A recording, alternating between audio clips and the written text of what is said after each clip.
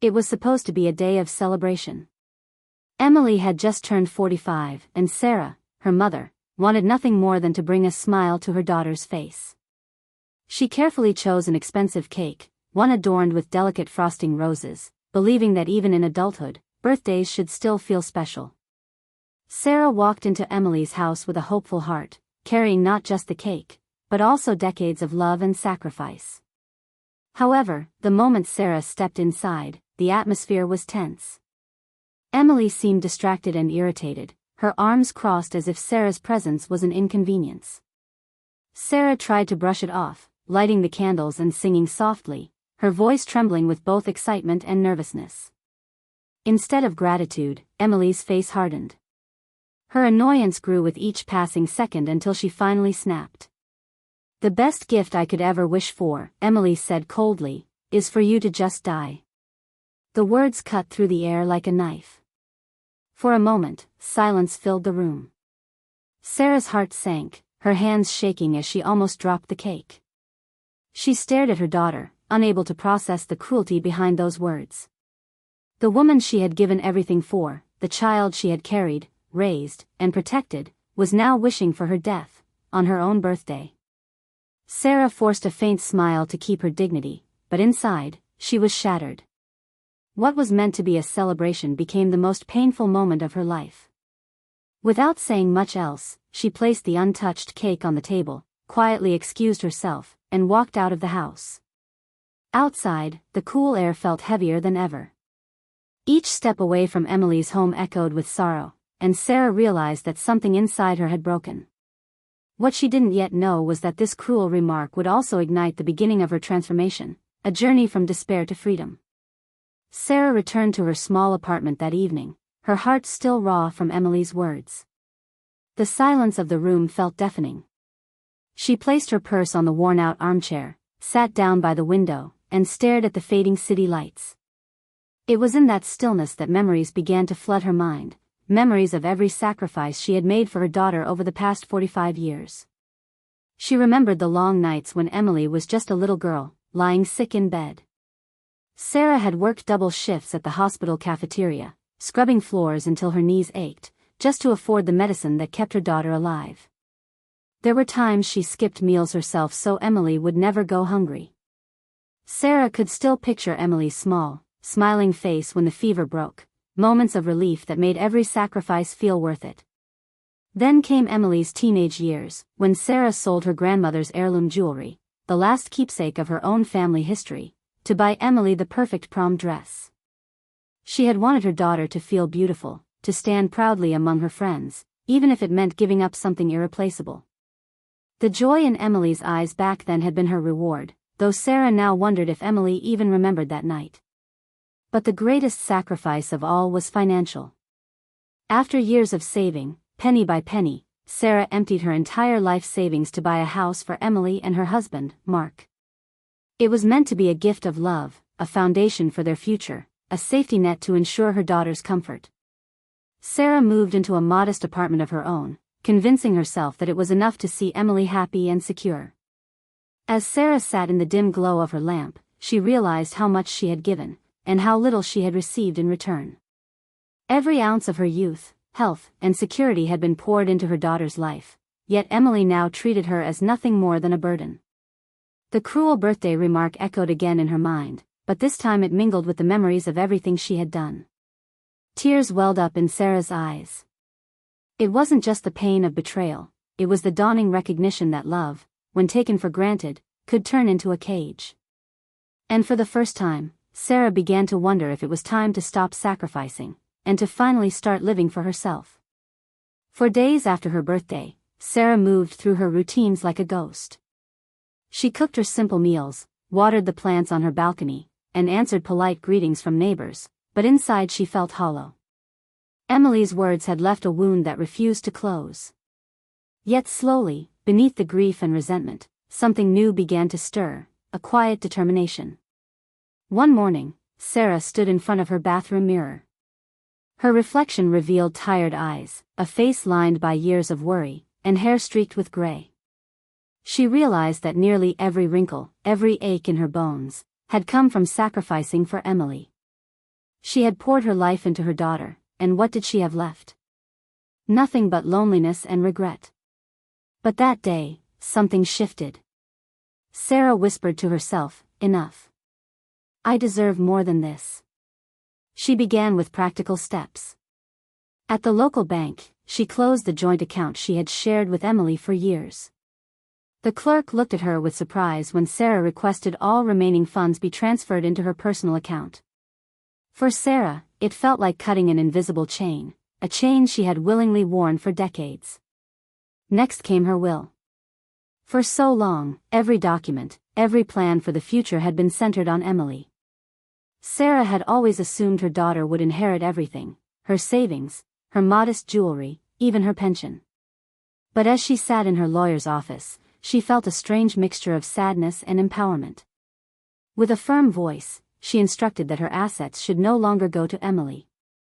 Instead, she wanted them directed to a charitable organization that supported women rebuilding their lives, women like her, who had given too much of themselves. As the lawyer drafted the papers, Sarah's hands trembled, but her heart grew lighter. This was more than a legal change, it was a declaration of independence. For the first time in decades, Sarah was not thinking about Emily's future, she was thinking about her own. Walking home afterward, she noticed the crisp autumn air on her skin. The leaves were beginning to turn golden, drifting onto the sidewalks. Sarah paused, inhaling deeply.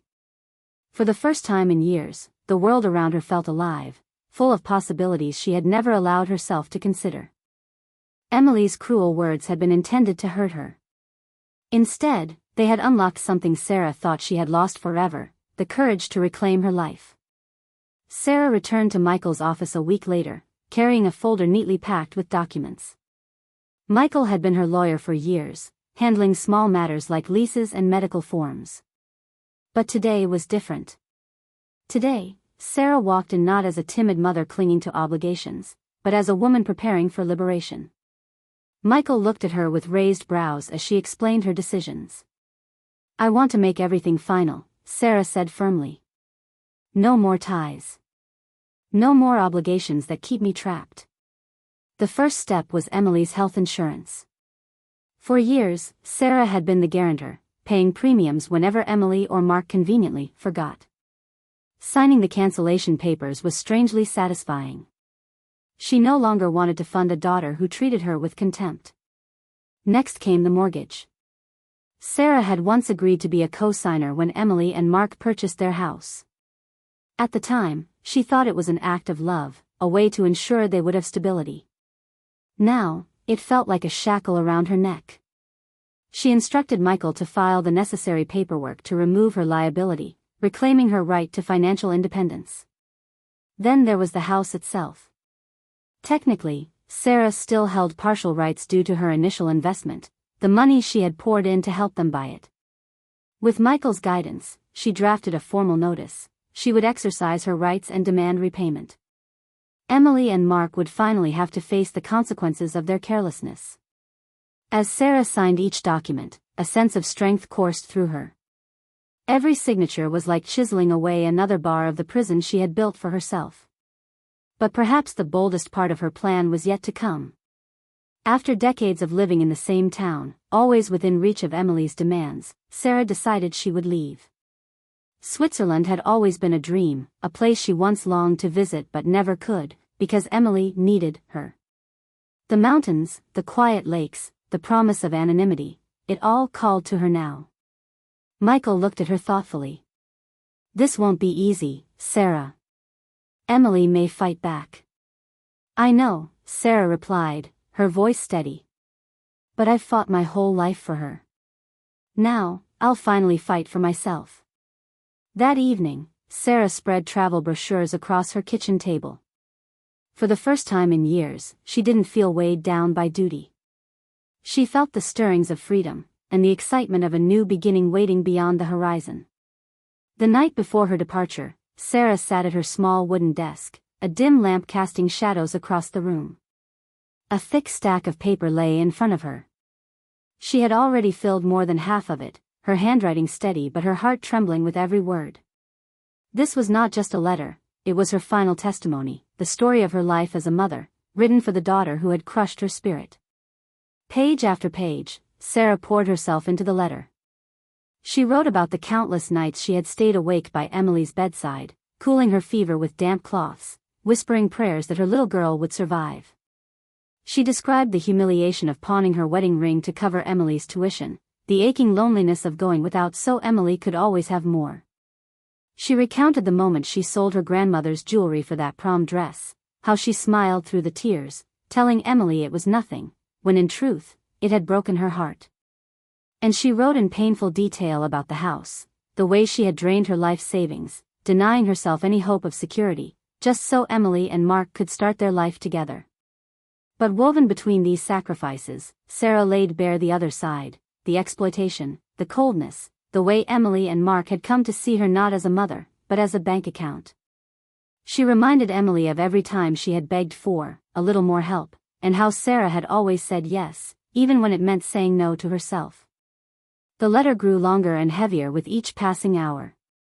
By page 23, Sarah's hand ached, but her spirit felt lighter than it had in years. She ended the letter with a final truth, written in ink smudged by her tears. You once told me the greatest gift would be my death. Instead, I am giving you the only gift left to me, my absence. You will never again own my time, my money, or my soul. From this day forward, I live for myself. When the ink dried, Sarah placed the letter inside a thick envelope along with the signed legal documents. She sealed it carefully, pressing her palm over it as if closing the final chapter of her old life. The next morning, she knocked on the door of her neighbor, Olivia. Olivia was a kind woman in her 60s, dependable and discreet, the only person Sarah trusted with this task. Please, Sarah said, handing her the envelope, deliver this to Emily after I'm gone. Not before. Olivia studied Sarah's face, sensing the weight of the request. She nodded solemnly. You have my word. With that, Sarah felt ready. The suitcase by her door was packed, her documents in order. She was leaving not just a city or a country, but a lifetime of sacrifice behind. The letter would speak for her when she no longer could, and it would mark the moment Emily would finally realize what she had lost. Switzerland greeted Sarah with a silence unlike any she had ever known. The crisp mountain air filled her lungs, the serene lakes mirrored the sky, and for the first time in decades, she felt unburdened. She rented a modest but sunlit apartment overlooking a cobblestone street, where strangers smiled at her without expectation. Each morning she drank her coffee by the window, marveling at the freedom she had once believed was impossible.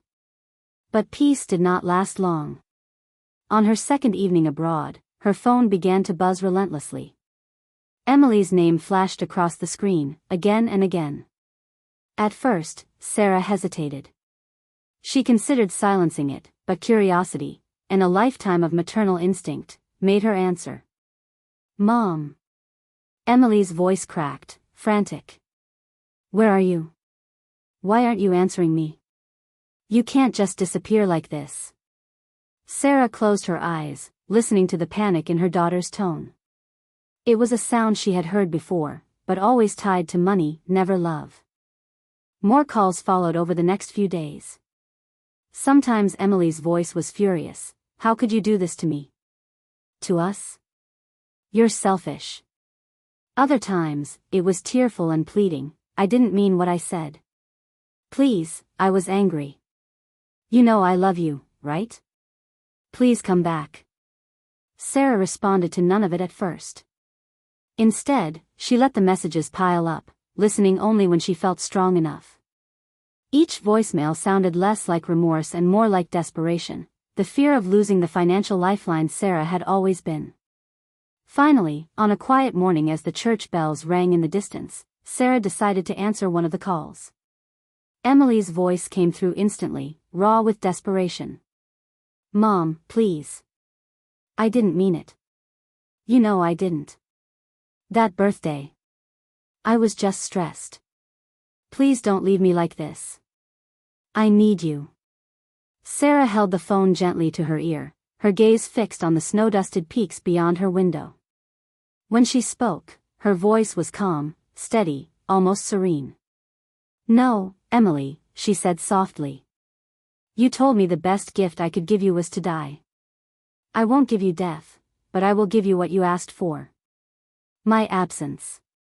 I am simply granting your wish." There was silence on the other end, broken only by Emily's uneven breathing. Before her daughter could reply, Sarah ended the call. She set the phone down, her heart steady. For the first time, she did not feel guilt. She felt release. Outside, the mountains stood tall and immovable, and Sarah realized she was finally becoming like them, strong, grounded, untouchable.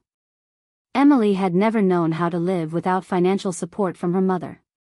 The moment Sarah severed the joint accounts, withdrew from the mortgage, and reclaimed her independence, Emily felt the ground beneath her begin to crumble.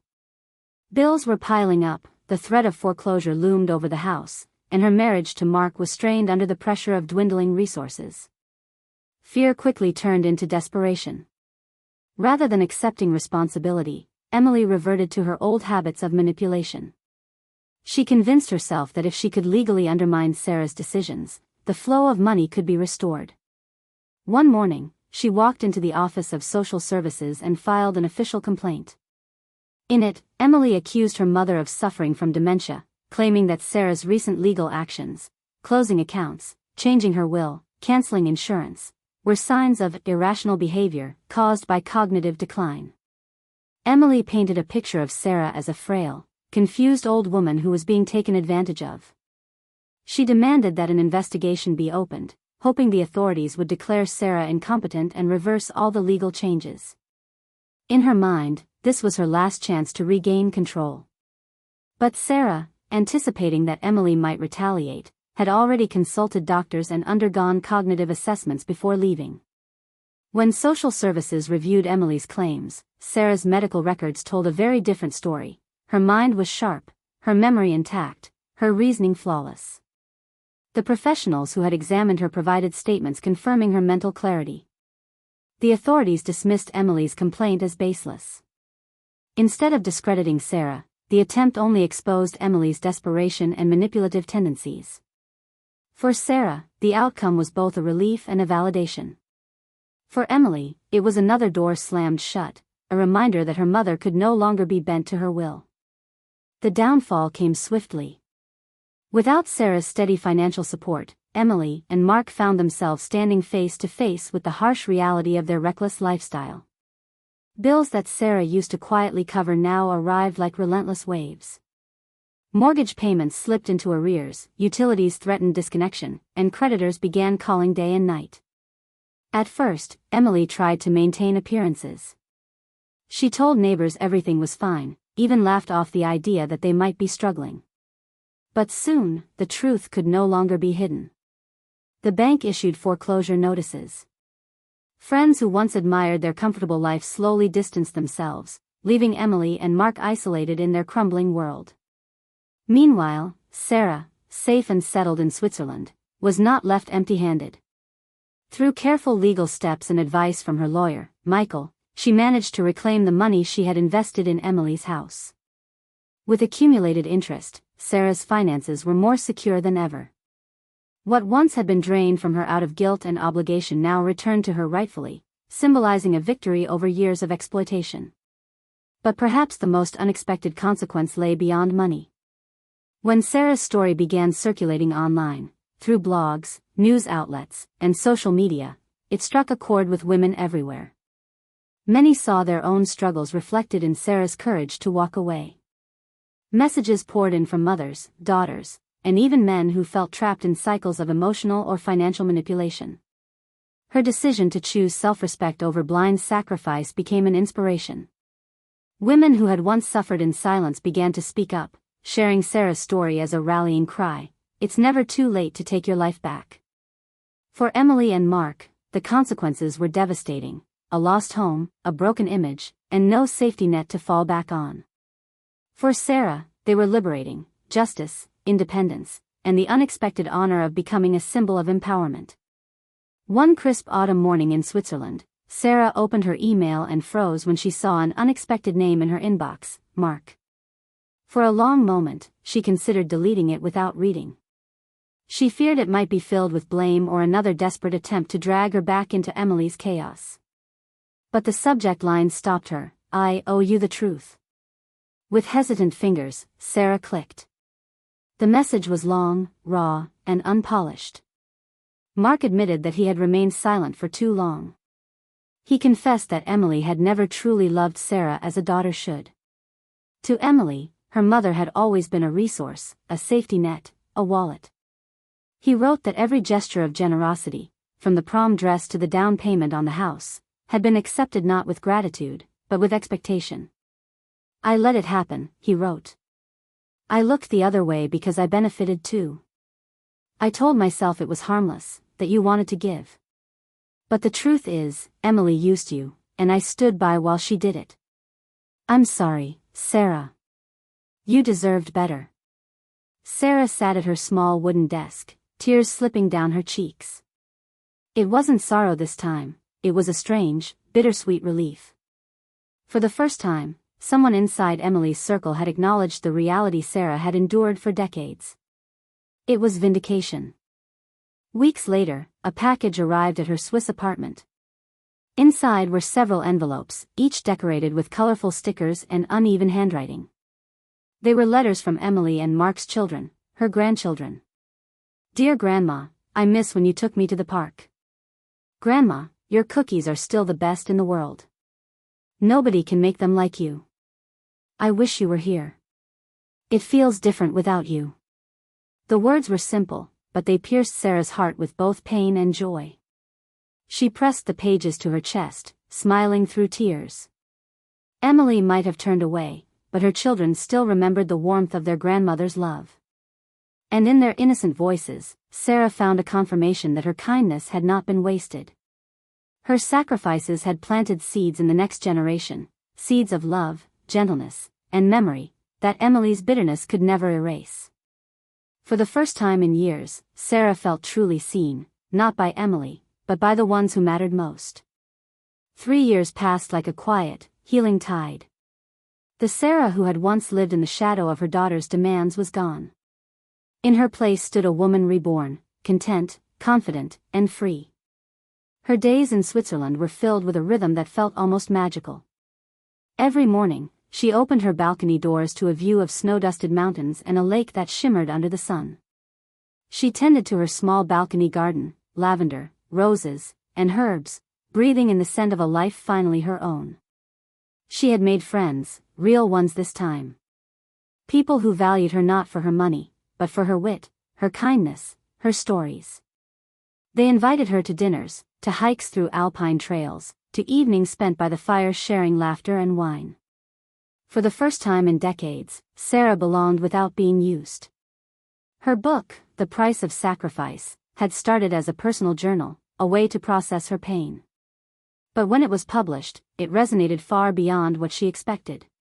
Letters and emails arrived from around the world, women who saw themselves in her struggle, who found courage in her decision to reclaim her life. Some called her a hero. Others simply thanked her for proving it was never too late to change. Sarah often thought of Emily, though not with anger anymore. The wound had scarred over, leaving behind not bitterness, but clarity. She understood now that Emily's cruel words, "The best gift I could ever wish for is for you to just die," had been, paradoxically, a gift. They had cut her free. Without them, Sarah might have remained trapped in sacrifice until her final breath. Now, as she sat at her writing desk, sunlight spilling over the pages of her next book, Sarah smiled. She was no longer the woman who gave everything and received nothing. She was a woman who had survived heartbreak, reclaimed her dignity, and built a life filled with joy, meaning, and friendship. What Emily had meant as cruelty, Sarah had transformed into liberation. The gift of freedom.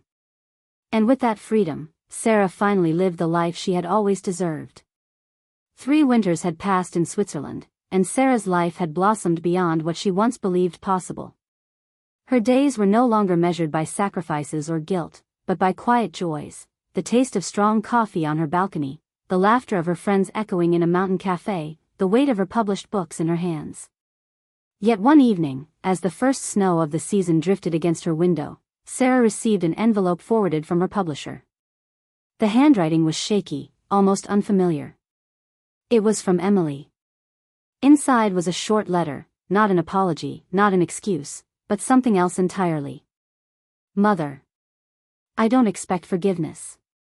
I don't even know why I'm writing this. Maybe because I see my own children pulling away from me now, and I finally understand what I did to you. I wanted everything from you, and when you gave it, I treated it like nothing. I don't know if you'll ever read this, but if you do, just know, I miss you. Not your money, not your help. You. Sarah sat motionless, the letter trembling in her hands. For years she had dreamed of hearing these words, and yet now that they had arrived, she felt no rush to respond. There was no anger left in her, only a calm acceptance. Emily's words were too late to heal the past, but not too late to matter. She placed the letter in a small wooden box where she kept her grandchildren's drawings and the first reviews of her book. It was a reminder, not of pain, but of survival. That night, Sarah hosted a dinner for her closest friends. The table was lit by candles, glasses clinked, and the room was filled with the kind of warmth she once thought she would never feel again. For the first time in decades, Sarah belonged wholly to herself, yet also to a circle of love she had chosen. As laughter filled the air, Sarah realized something profound: life had not ended when Emily had wished her dead. In truth, that was when her life had begun. The cruelest gift had become the most precious one. Freedom. And with her heart at peace, Sarah knew she had not only reclaimed her life, she had created a new one worth celebrating until the very end.